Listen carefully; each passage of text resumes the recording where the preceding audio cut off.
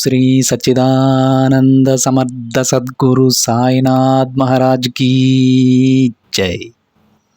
ముందుగా సాయి భక్తులందరికీ నమస్కారం అండి. వీడియో చూస్తున్న ప్రతి ఒక్కరిపైన ఆ సాయినాథుని ఆశీస్సులు ఉండాలని, బాబా గారి భక్తులందరూ ఎప్పుడూ కూడా ఆనందంగా సంతోషంగా వారి జీవితాన్ని గడపాలని మనస్ఫూర్తిగా కోరుకుంటూ ఈ వీడియోని స్టార్ట్ చేస్తున్నాను ఫ్రెండ్స్. రోజులాగానే ఈరోజు కూడా మన బాబా గారు మనందరి కోసం ఒక చక్కటి సందేశాన్ని అందించబోతూ ఉన్నారండి. ఈ సందేశంలో బాబా గారి విధంగా అంటూ ఉన్నారు. బిడ్డ, ఇప్పటికే నేను నీకు 3 అవకాశాలు కల్పించాను, అయినా కూడా నువ్వు వాటిని గుర్తించలేకపోయావమ్మా. ఇకనైనా నువ్వు మేలుకోవాలి.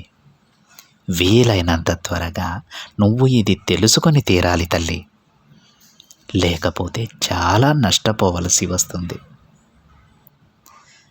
నా మీద ఉన్న నమ్మకం నిజమైతే కనుక నువ్వు ఈ సందేశాన్ని పూర్తిగా వింటావు. ఈ సందేశంలో ఉండే ఆంతర్యం ఏమిటో నీకు పూర్తిగా అర్థమవుతుంది అని బాబాగారు తన బిడ్డలకు చెబుతూ ఉన్నారండి. బాబాగారు ఏ మాట చెప్పినా అందులో పూర్తి పరమార్థం ఏదో దాగి ఉంటుందని ప్రతి ఒక్క బాబా బిడ్డకి తెలుసు కదా అండి. కాకపోతే ఆ అర్థం మనం తెలుసుకోవాలంటే పూర్తి ఏకాగ్రతతో బాబాగారు చెప్పేటువంటి ప్రతి మాటని వినాల్సి ఉంటుంది. ఆ తండ్రి చిన్న మాట మాట్లాడినా దాంట్లో ఎంతో పరమార్థం దాగి ఉంటుందని మనందరికీ తెలుసు. ఈరోజు కూడా అంతటి పరమార్థంతో ఒక సందేశాన్ని బాబాగారు తన బిడ్డల వద్దకు తీసుకొచ్చారు. ఆ సందేశాన్ని పూర్తిగా విని బాబాగారు తన బిడ్డలకి ఏం చెప్పాలనుకుంటున్నారో ఆ అంతరార్థాన్ని తెలుసుకొని ఆ విధంగా నడుచుకొని వారి వారి జీవితాలు మార్చుకుంటారని మనస్ఫూర్తిగా కోరుకుంటూ ఈ వీడియోనైతే మొదలు పెడుతూ ఉన్నానండి.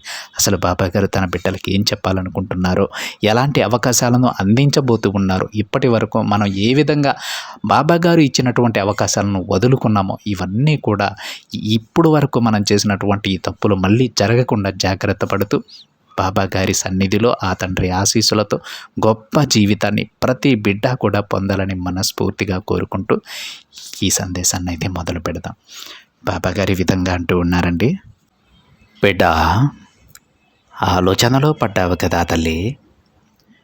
బాబా ప్రతిరోజు నీ కష్టాలు తీరుస్తాను, నీకు అవకాశాలు ఇస్తాను అని చెబుతూ ఉన్నారు. నేను కూడా అవి నమ్ముతూనే ఉన్నాను.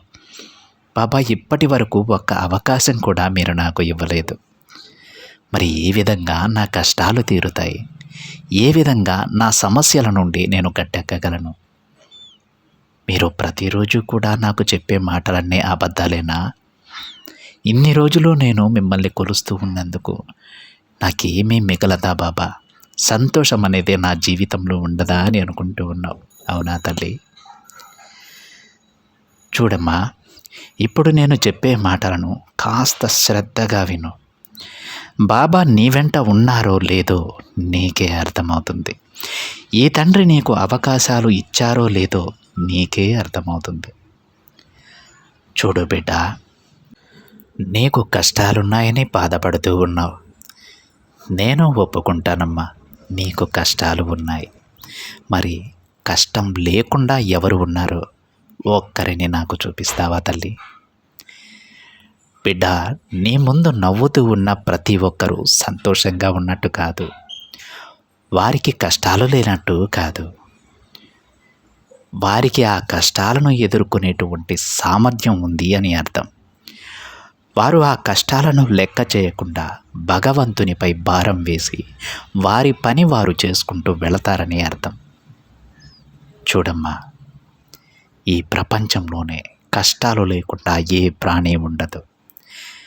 ప్రతి ఒక్క జీవి తన జీవితం కోసం, తన రోజుని గడుపుకోవడం కోసం పోరాడి తీరాల్సిందే. పోరాడకపోతే ఏది కూడా ఈ ప్రపంచంలో మనలేదు తల్లి. బిడ్డ, నీ కష్టాలు పరిమితం, ఆ విషయాన్ని గుర్తుపెట్టుకో. నీకు ఇబ్బంది లేకుండా 3 పూట్ల నువ్వు, నీ కుటుంబం కడుపు నిండా భోజనం చేస్తున్నారు. ఒక్క పూట భోజనం కోసం అల్లాడిపోయే వారు ఎంతమంది ఉన్నారో నీకు తెలుసా? మరి వారికంటే నువ్వు ఒక మంచి స్థితిలో ఉన్నావు కదా. బిడ్డ, నువ్వు ఉండటానికి ఒక ఇల్లు ఉంది, కానీ వర్షంలో సైతం, జడి వానలో సైతం తడిస్తూ రోడ్లపై పడుకునే వాళ్ళు ఎంతమంది ఉన్నారో తెలుసా? ఆ స్థితి నీకు లేదు కదా. ఇది ఆ భగవంతుడు నీకు ప్రసాదించినటువంటి అదృష్టం. ఇలా ఒకటి కాదమ్మా, నువ్వు పోల్చుకుంటూ వెళ్తే ఎన్నో ఉంటాయి. నీకంటే క్రింది స్థాయిలో బతికేవారు ఎంతోమంది ఉంటారు. అలాగే నీకంటే పై స్థాయిలో బతికేవారు కొంతమంది ఉంటారు. కానీ బిడ్డ, ఎవరి జీవితాన్ని ఎవరి జీవితాలతో పోల్చుకోకూడదు. వారి వారి కష్టాలు, సుఖాలు ఇవన్నీ కూడా వారి పూర్వజన్మ పాపకర్మలపైన ఆధారపడి ఉంటాయి. ఏ బిడ్డలైతే భగవన్నామస్మరణ చేసుకుంటూ ఉంటారో, మంచి పనులను, మంచి కర్మలను ఆచరిస్తూ ఉంటారో, వారి పాపకర్మలు క్రమేపీ తగ్గుతూ వారికి గొప్ప జీవితం లభిస్తుంది. ఎప్పుడూ కూడా ఏ పరిస్థితుల్లోనైనా సరే భగవంతుని పైన నిందలు వేయకూడదు తల్లి. ఎందుకంటే ఆ భగవంతుడే ఇప్పటి వరకు నిన్ను కాపాడుకుంటూ వస్తున్నారు. ఆ విషయాన్ని గ్రహించు బిడ్డ. ఎవరు నీ పక్కన ఉన్నా లేకపోయినా ఈ తండ్రి ఎల్లప్పుడూ నిన్నే చూస్తూ ఉన్నారు బిడ్డ. నీ వెంటే నడుస్తూ ఉన్నారు. ఆపద సమయంలో నా చేతులతో నిన్ను కాపాడుకుంటూ ఉన్నాను. పరీక్షగా ఆలోచిస్తే నీకే అర్థమవుతుంది ఎన్ని సమస్యల నుంచి ఈ బాబా నిన్ను బయటకు తీసుకువచ్చారు. ఎంత గడ్డు కాలం నుంచి ఈ బాబా నిన్ను బయటపడేశారు. ఈ తండ్రికి ఈ బిడ్డ అంటే ఎంత ఇష్టం ఉందో నీకే తెలిసి వస్తుందమ్మా. తల్లి, ఒకటి కాదు, రెండు కాదు, 3 అద్భుతమైనటువంటి అవకాశాలను నేను నీకు ప్రసాదించాను. కానీ పక్కవారి మాటల కారణంగా నువ్వు వాటిని గుర్తించలేకపోయావు. బిడ్డ, నేను నీకు మళ్ళీ అవకాశాన్ని ప్రసాదిస్తానమ్మా. అందులో ఎలాంటి సందేహం లేదు. ఇప్పుడు నేను ప్రసాదించే ఈ అవకాశాన్ని నువ్వు వదులుకున్నా సరే మళ్ళీ మరొక అవకాశాన్ని నేను ఇస్తాను. ఎందుకంటే నిన్ను మంచి స్థాయిలో నిలబెట్టడం నా బాధ్యత కాబట్టి. కానీ తల్లి, నువ్వు ఇలా వచ్చిన అవకాశాన్ని వదులుకుంటూ ఉంటే నువ్వు జీవించాల్సినటువంటి సంతోషకరమైన రోజులు నీకు ఇంకొంచెం దూరంగా వెళ్ళిపోతూ ఉంటాయి. అర్థమవుతుందా? అందుకే నీ తండ్రి నీకు ప్రసాదించిన అవకాశాన్ని వెంటనే అందిపుచ్చుకోవడం నేర్చుకో. బిడ్డా, ఇప్పుడు నీ మనసులో మరొక ప్రశ్న మొదలైంది కదా. బాబా, ఎన్నో సంవత్సరాల నుండి నేను మిమ్మల్ని పూజిస్తూ ఉన్నాను కదా, మిమ్మల్నే ఆరాధిస్తున్నానే, నా ప్రతి కోరిక మీకు విన్నవించుకుంటూ ఉన్నాను. మరి మీరు నాకు ప్రసాదించింది కేవలం 3 అవకాశాలేనా? మరి ఇప్పుడేమో మళ్ళీ మళ్ళీ అవకాశాన్ని ప్రసాదిస్తానంటున్నారు. ఎలా తండ్రి నమ్మాలి అని అనుకుంటూ ఉన్నావు కదా తల్లి. బిడ్డ, నిజమే, నీకు నేను ఎన్నో అవకాశాలు ప్రసాదించాను. కానీ తల్లి, 3 అవకాశాలే ప్రసాదించానని ఎందుకన్నానంటే ఈ 3 అవకాశాలు నీ జీవితాన్నే మలుపు తిప్పేటువంటి అవకాశాలు. నువ్వు తిరిగి మళ్ళీ వెనక్కి చూసుకోకుండా గొప్ప అదృష్టాన్ని ప్రసాదించేటువంటి అవకాశాలు. అందుకే 3 అవకాశాలు ప్రసాదించానని చెప్పాను. చిన్న చిన్న అవకాశాలు, కోకొల్లలు నీకు ప్రసాదించాను తల్లి. మళ్ళీ చెబుతున్నానమ్మా, ఇచ్చిన అవకాశాన్ని ఏ బిడ్డ అయితే త్వరగా ఉపయోగించుకుంటాడో ఆ బిడ్డ అంచెలంచెలుగా అందరికంటే వేగంగా ముందుకు వెళ్ళిపోతాడు, ఉన్నత స్థాయిలో స్థిరపడతాడు.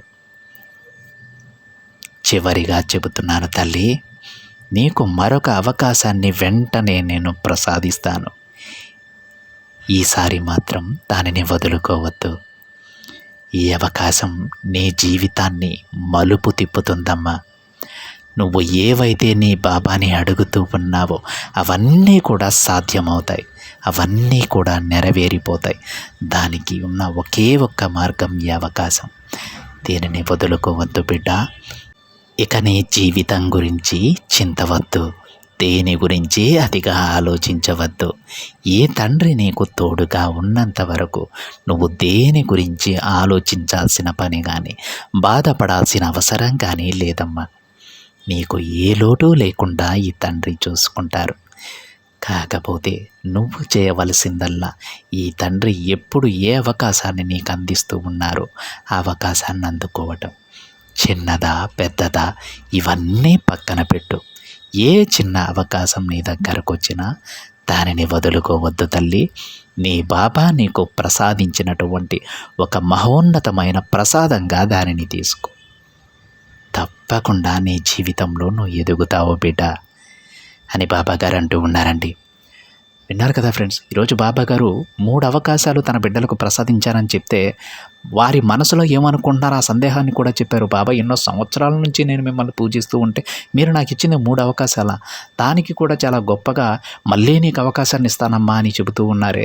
ఏమన్నా న్యాయమా బాబా మీకదని నువ్వు అనుకుంటూ ఉంటావు తల్లి.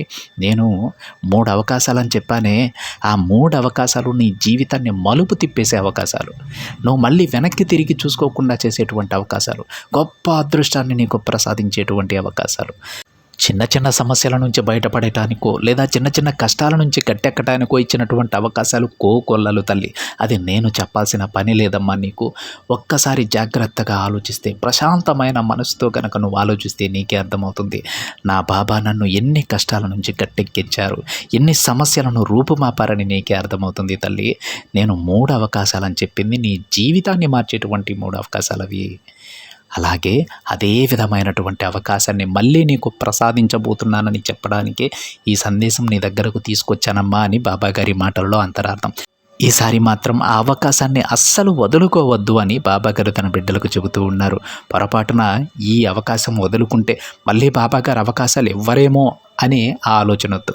మళ్ళీ బాబాగారు అవకాశం ఇస్తారు. కాకపోతే మనం జీవించాల్సినటువంటి సంతోషకరమైన జీవితం మనకు అందటానికి, మన కోరికలు నెరవేరడానికి మరి కాస్త సమయం ఎక్కువ పడుతుంది.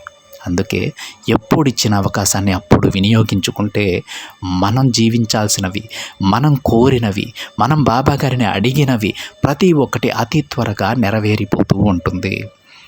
మనం కూడా అతి తక్కువ సమయంలోనే ఒక గొప్ప స్థాయికి మనం చేరుకోవచ్చు అని బాబాగారు చెబుతూ ఉన్నారండి. అందుకే ఏ చిన్న అవకాశాన్ని కూడా వదులుకోవద్దు. బాబాగారు ప్రసాదించింది చిన్నది కాదు, పెద్దది కాదు. ఏ అవకాశమైనా సరే ఆ తండ్రి దగ్గర నుంచి వచ్చినటువంటి మహాప్రసాదంగా ఎవరైతే భావించి దానిని వెంటనే స్వీకరిస్తారో వారు అందరికంటే ముందు వారు కోరిన ప్రతి కోరికను నెరవేర్చుకుంటూ, వారు కోరిన ప్రతి స్థాయిని చేరుకుంటూ అందనంత దూరంలో వాళ్ళు కూర్చుంటారు. ఒక శిఖరం పైన కూర్చుంటారు. అర్థమవుతుందా? అలాగ ప్రతి బిడ్డ వెళ్ళాలని ఈరోజు బాబాగారి సందేశాన్ని చెప్పారు. ప్రతి ఒక్క బిడ్డ బాబాగారి దృష్టిలో సమానమే. ప్రతి ఒక్కరికి బాబాగారి అవకాశాన్ని ప్రసాదిస్తారు. ఏ బిడ్డకి ఎప్పుడు అవకాశం వస్తుందో ఆ అవకాశాన్ని వెంటనే అందిపుచ్చుకొని మీ కలలను నెరవేర్చుకుంటూ మీరు అనుకున్న స్థాయికి చేరుకొని మీరు మీ కుటుంబం సంతోషంగా ఉండాలని ఆ తండ్రి తరపున నేను కూడా మనస్ఫూర్తిగా కోరుకుంటూ ఉన్నానండి.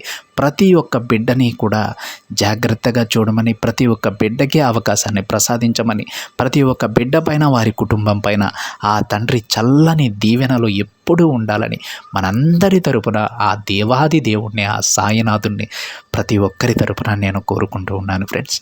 ఇదండి ఈరోజు సందేశం. బాబాగారి సందేశం కనుక మీకు నచ్చినట్లయితే ఒక చిన్న లైక్ చేయండి ఫ్రెండ్స్. మరింత మంది మన బాబాగారి బిడ్డలకైతే ఈ సందేశాన్ని షేర్ చేయండి. మొదటిసారిగా ఛానల్ని చూస్తున్న వాళ్ళైతే తప్పకుండా సబ్స్క్రైబ్ చేసుకుని పక్కనే ఉన్న బెల్ ఐకాన్ యాక్టివేట్ చేయండి.